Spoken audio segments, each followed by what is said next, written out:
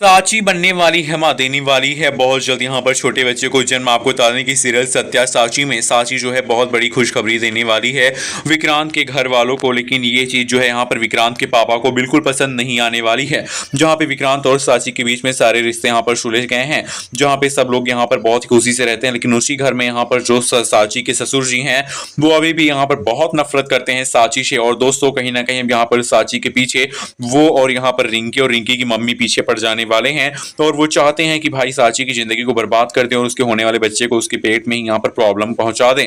लेकिन अब आने वाले एपिसोड में विक्रांत जो है अपनी पत्नी साची का साथ देगा और कहेगा कि मेरे होने वाले बच्चे को अगर कोई भी तकलीफ हुई या फिर मेरी पत्नी को कोई भी प्रॉब्लम हुई तो मैं इस घर में रह रहे एक एक इंसान की चमड़ी उधेड़ दूंगा। ये सुन के यहाँ पर सबके होश उड़ जाते हैं, जहाँ पे रिंकी तो और भी ज्यादा डर जाती है कि भाई वो अपने पापा को भले ही कुछ ना कहे लेकिन मेरी तो चमड़ी सच में उधेड़ देगा।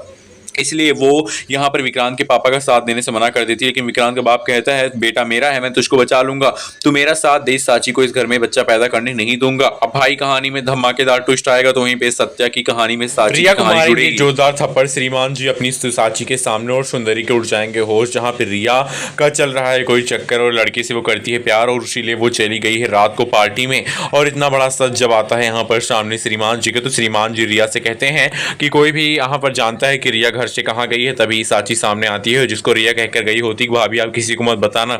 लेकिन अब यहाँ पर जब श्रीमान जी पूछने लगते हैं, गुस्सा हो जाते हैं, तो भाई साची को किसी न किसी तरीके से सामने जाकर बताना पड़ता है कि रिया अपने यहाँ पर दोस्त के साथ गई है पार्टी मनाने के लिए अपने बॉयफ्रेंड के साथ। और ये सुनते ही यहाँ पर श्रीमान जी को गुस्सा आ जाता है। तभी रिया घर वापस आती है और जैसे रिया आती है श्रीमान जी उसके ऊपर भड़क जाते हैं और खींच कर एक जोरदार थप्पड़ मारते हैं कि तुम आधी रात को लड़कों के साथ जाती हो पार्टी करने के लिए।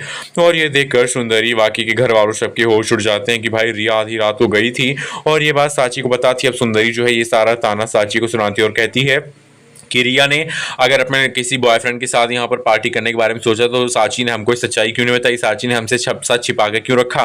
तभी श्रीमान जी कहते हैं कि गलती रिया की है, साची ने सच छिपाया नहीं बल्कि साची ने सच बता दिया। अगर साची चाहती तो इस